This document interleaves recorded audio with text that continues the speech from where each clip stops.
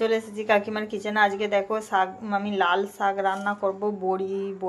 বড়ি ভাজা দিয়ে লাল শাক ভাজা করব। তার জন্য আমি লাল শাকটাকে ভালো করে কেটে পরিষ্কার করে জল দিয়ে ধুয়ে নিয়েছি। এবার বড়িগুলো আমি একটু কড়াইয়ে অল্প করে তেল দেবো। আগে বড়িগুলো দিয়ে দিই, কড়াই গরম হয়ে গেছে, তারপর অল্প করে তেল দিয়ে বড়িগুলো একটু ভালো করে ভেজে নেবো। দেখো বন্ধুরা, বড়িগুলো ভালো করে ভেজে নিয়েছি। এবার কড়াইয়ে তেল দিয়েছি।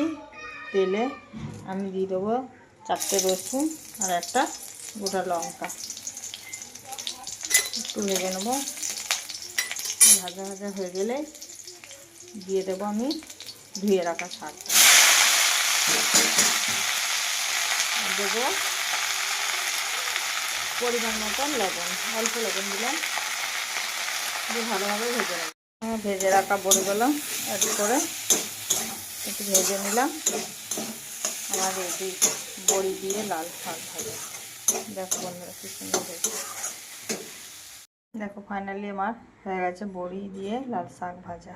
দেখো দেখতে কত সুন্দর হয়েছে, খেতেও দারুণ হবে গরম ভাতের সঙ্গে।